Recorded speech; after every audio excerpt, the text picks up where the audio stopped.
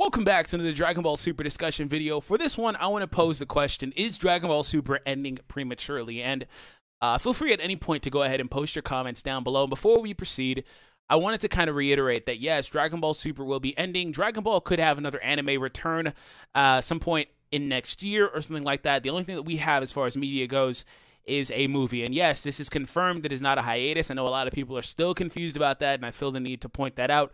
Yes, Dragon Ball Super will be ending in a couple of episodes. So really, we don't have a lot of time left to kind of pay off some of the things that they've tried to set up throughout the course of the series. So my guests and I are going to go ahead and give our opinions. I hope that you guys enjoy this. Anyways, Mark, how you doing, man? What's up? What's up? Always good to be back on your channel. Thanks for having me, man. No problem, bro. I'm happy to have you here, man. So anyways, jumping into it, what do you think as far as like Dragon Ball Super and the way that the story has been thus far? Do you think that just basically with like some of the things that they've set up, such as like there's a lot of different ways that this can go, right? A lot of different things they've tried to set up, from the Vegeta-Kaba relationship to the Gohan buildup in the Tournament of Power after being largely absent for most of the series. Just a lot of different avenues. Frieza's underlying plot for the Tournament of Power. Do you think that the way that this story has turned, the Tournament of Power has turned, coupled with the hard deadline of being a couple more episodes, is premature? I feel like, okay, I want to kind of preface this by saying it's not the exact same thing. And I feel like the only reason it's not the exact same feeling that we got from Dragon Ball GT's ending and the whole Dark Dragon arc, or whatever you call it, is because there's a time limit. Because they're methodically clicking down 1 minute at a time for each independent episode, to the point where, okay, we know that the time's running out. We know the series is going to end soon, and it kind of feels natural, but that doesn't stop it from feeling rushed. And that doesn't stop it from feeling like, okay, there is a lot of things here that they could be paying off, or they should have been paying off sometime throughout this series, that now they're just kind of leaving on the table. Like you said, Vegeta going to planet Sadala, going to see the king of the Saiyans in Universe 6, maybe some payoff between like what's going to happen in Champa and Beerus's world. Like, are they ever going to reunite? Are all those universes going to be brought back? We're not really sure yet. And obviously Frieza just keeps coming back and forth in this tournament. What is his deal here? I was telling you before we started recording, look, I made this proclamation months ago saying, you know what? They kind of ruined Frieza at the very beginning of this series, and now this arc is redeeming him. He's an amazing character. Every single time he's on screen, we just want to see more of him, because this is the Frieza we all know, love, and remember from the good old Dragon Ball Z days. Now they're kind of ruining him again. I mean, like, why is he largely not in this arc? What is his main goal, if not to be the guy who comes in and wins for Universe 7 and or betrays Goku? It can't be one. It has to be one of those two things. And I feel like with so little time to actually build that up and make his character known that that's what he's going to do, especially with all the hints that he's going to use the wish for devious purposes, we don't have enough time to pay any of that stuff off.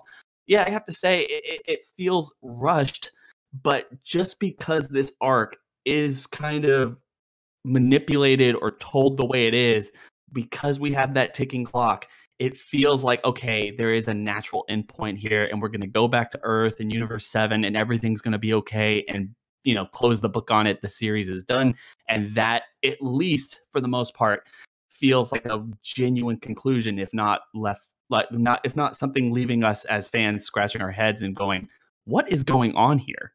Yeah, and see, I agree with that notion, because the series has set itself up, and it always kind of did, to where at any point, if it wanted to, it could just say, okay, we're done, we're going to now fast forward time, because, you know, they found a way to shove all this stuff in that time period when a lot of us thought and still think that that wasn't exactly the best idea. I mean, it also kind of retcons the idea that, oh, I haven't seen you in years, Goku, and also, oh, we've had all these years of peace and all this stuff. So they've had a built-in failsafe at any point, and, you know, this is exactly that. At any point, the Tournament of Power is just a couple of minutes left in it now at this point, and they can say, okay, we're done, you know, Universe 7 wins or whatever, go back to Earth, and then everything proceeds on to the end of Dragon Ball Z's ending, basically.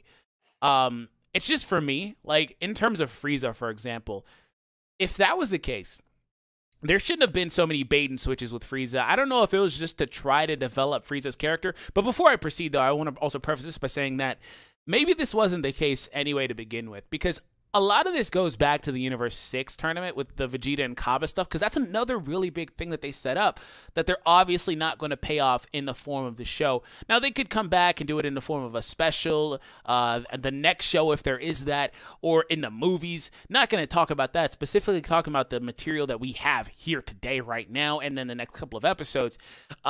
So that really harks back to way back then.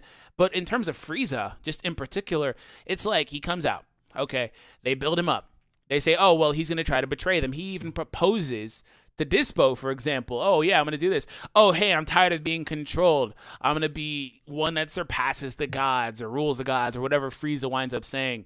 You know, all these other things. And now at this point, it just seems like a tease, really, to me, because it's like they are giving Frieza so much plot armor that no matter what happens to him, he is surviving in this arena somehow. And it's like, to me at this point, like, they went ahead and blew up the entire arena, okay? Knocked it into a bunch of tiny little pieces. And in this episode, the latest episode, Jiren goes up and he just pummels Goku from above, and it winds up destroying all of the surrounding rubble or just places you could find footing. And, you know, they can't fly or anything, so it's like, where the hell is Frieza even at? And then, more importantly, what's really killing me with the Frieza thing is, like, even the gods are acting like they don't even know Frieza's there. They're so distracted by this fight. Even Jiren is so distracted by this fight that nobody notices Frieza's missing. You know? So they're obviously giving Frieza an insurmountable amount of plot armor, but for what? Right? You know, this can only end one way. Even if he's the last guy in there to be the winner, he's gonna get cheated out of his wish. You know? Yeah. So there's no way there's no time for that.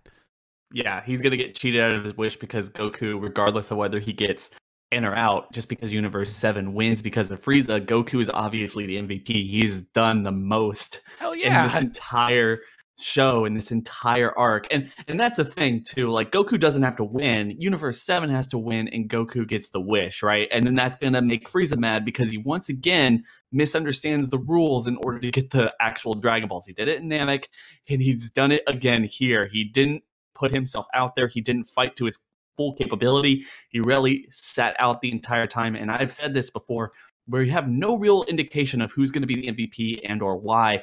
But I think it really goes back to saying that, like, yeah, the Zenos are just having fun, and whoever had the most fun watching is going to get the wish. So ipso facto, it's Goku, even if he doesn't win the tournament. That's just my thought.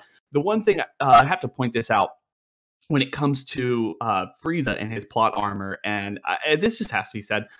When 17 saves him, he comes back and he actually fights Jiren. That's a really beast moment. We all really wanted more from that, but he gets kind of thrown aside really quickly. It's a fun moment, but it doesn't really serve the story very much, other than to express his plot armor in such a way that is kind of infuriating to me, because 17 sacrifices himself in order to allow Goku and Vegeta not to be eliminated. Him, Goku, and Vegeta. But Frieza, at least at this point, just because the plot demands it, is so far and away from Goku, Vegeta, and 17 that 17 doesn't even feel the need to protect him.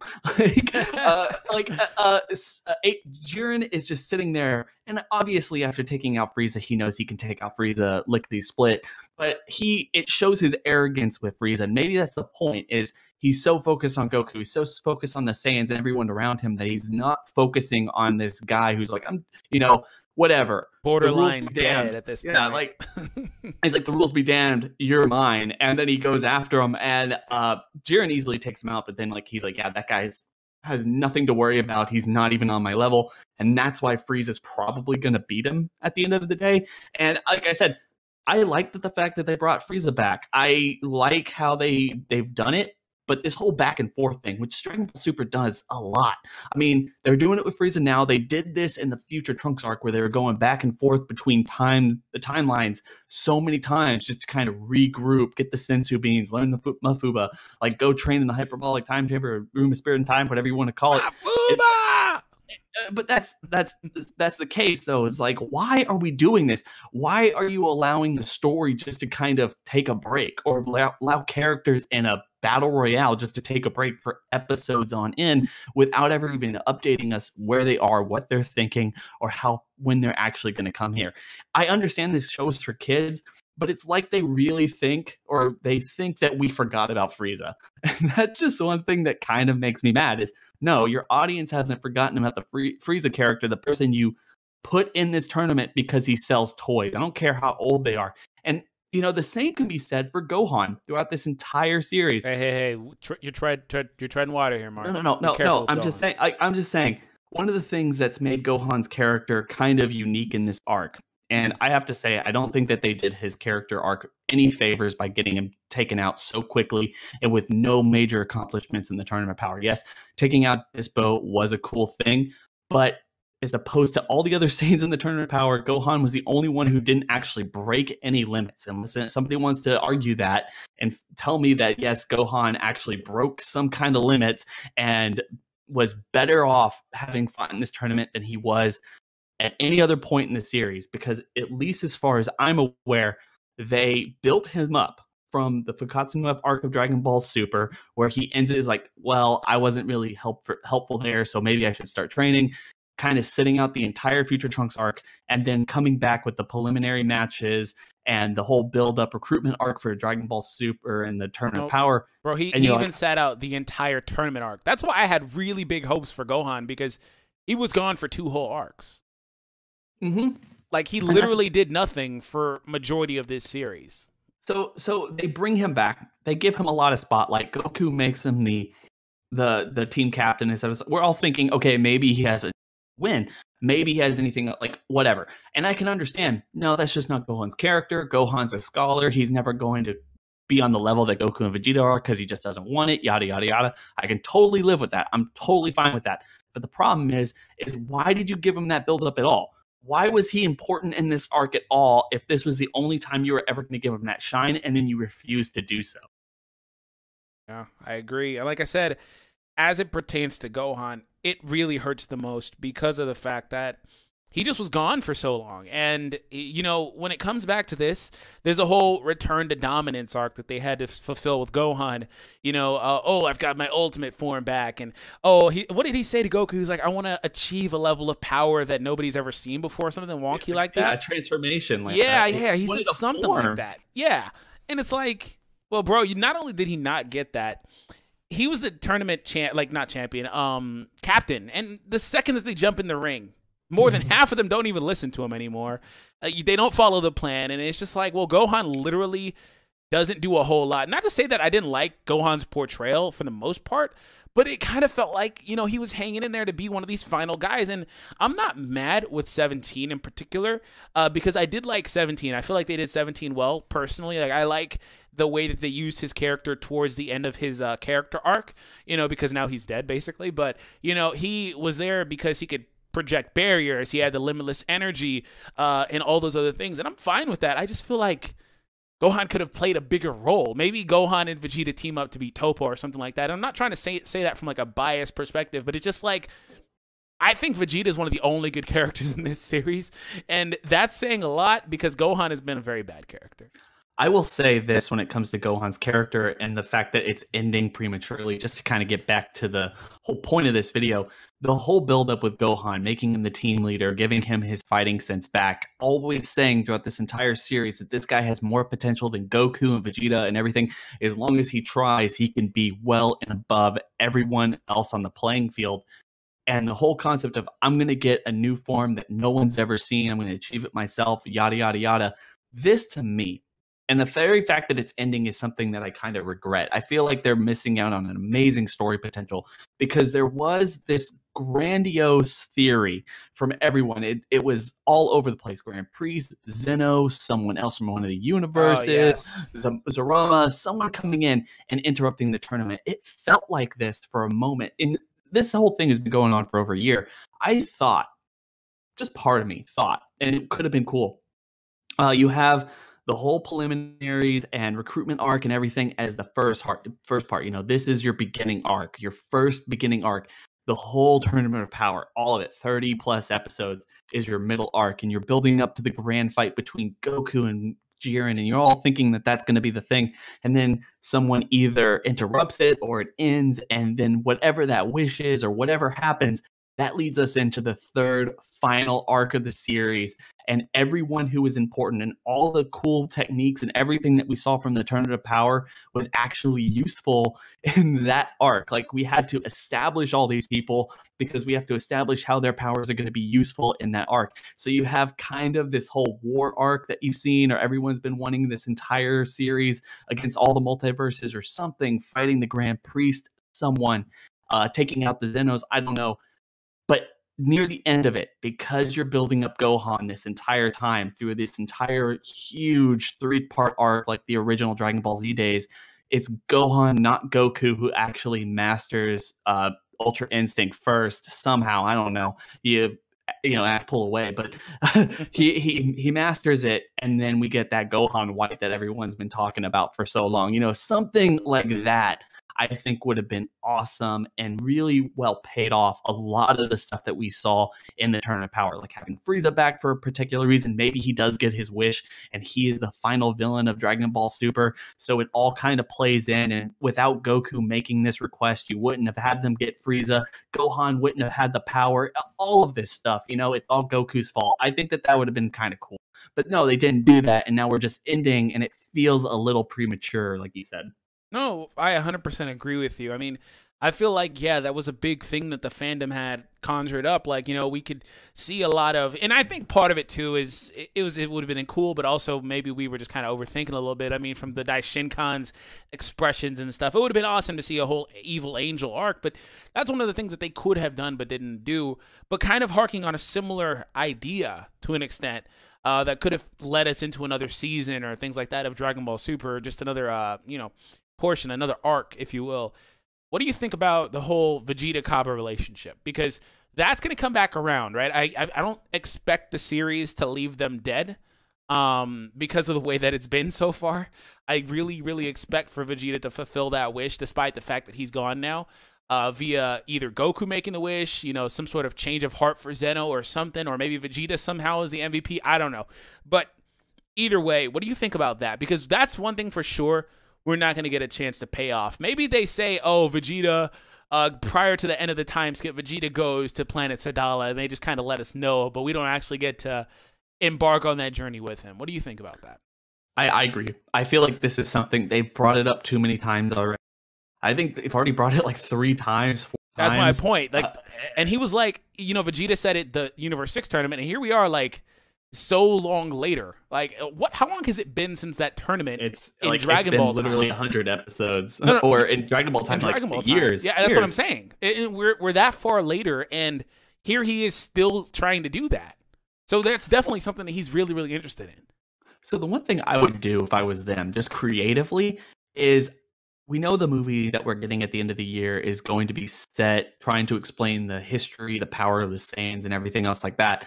I would, like you said, figure out a way through Goku or Vegeta as the MVP, someone, Zeno change of heart, wishes all the universes back. Hey, we want to do this again. You know, maybe we were too abrupt. This was only 48 minutes of fun. Obviously, these two guys get bored pretty quickly. They're bored with blowing up planets and chess mats or something. So they decide, look, this was too much fun. We want to do this every couple of years. So we're going to bring back all these universes, and they're just omnipotent. They have those powers. So then you have Vegeta. It's like he was like, hey, you know, Cabba, blah, blah, blah. You know, you still owe me that promise. Okay. And then we go back, we get to the end of Dragon Ball Z, however they want to end it, they end it. And then I feel like you get to the movie, and the big twist of the movie is we're watching it, we're going through the history, it has nothing to do with Goku and Vegeta or anything else like that. But the very last twist is this isn't happening in Universe 7, it's happening in Universe 6. We have the first Super Saiyan God from Universe 6. Yamoshi is not Universe 7. That's why Vegeta doesn't know about it. That's why it's from the Namekian Book of Legends, when there's some indication that the Namekians have been around for so freaking long that they might have some connection, or at least the original Namekians had some connection and knew about their Universe 6 counterparts because of the whole Dragon Ball thing, and the fact that probably both of those races can use Dragon Balls, considering what Champa said earlier on in the series. So that's the big twist, is these Saiyans have this power, and they know about it, and they've been covering it up. And then you're left wondering, like, why are they covering it up? And then at the end, like, hey, you know what, Dragon Ball Super will return or something. And that is our first arc, is Goku and Vegeta going to Planet Sadala with the knowledge of what happened in the movie is canon.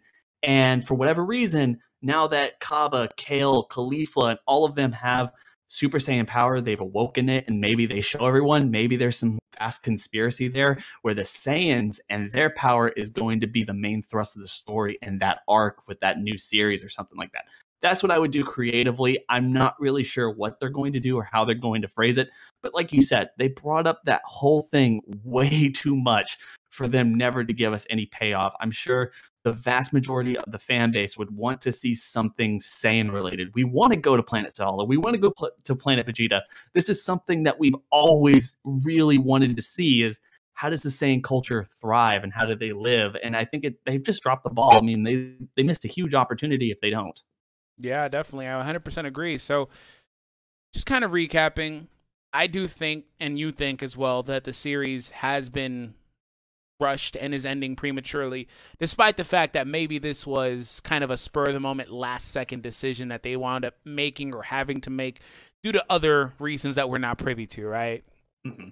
Yeah, because it just kind of seems like, because otherwise, honestly, if that's not the case, then it's just incredibly horrible writing, to put it bluntly, to kind of tease so many things without having the intention of paying them off. So who knows? But I will say this, though. If, for example, they want to come back with, if they want to use this material that they set up in this as part of the movie, that's awesome, in my opinion, which we don't know that yet. That's why I didn't really want to talk about that in particular. Or if they use that for the next series, or if they use it for a series of movies, if that's what they decide to do going forward, just series of movies every year instead of having actual anime. That's actually a really good setup, like foreshadowing, or foresight, if you will. But otherwise, and I don't really know if it was a good idea, and it obviously wasn't gonna get paid off. So anyways, guys, we hope that you guys enjoyed this. If you did, make sure you do leave a like. Let's hit a like goal of 500 likes on this video. And by the way, make sure you check out my man Mark down below in the description. Go ahead and check out his channel and click on his channel, hit that subscribe button, and then watch all his videos. Watch every single one. I will say he put up a really funny Hercule parody that I'll leave down below in the description for you guys as well to check that out. Either way, thank you for joining me here today, Mark. It's totally a pleasure to have you, bro. Oh, yeah. Always a pleasure to be on the channel, man. Thanks for having me. No problem, man. So anyways, have an awesome day. We'll catch you all in the next one. Take it easy, guys.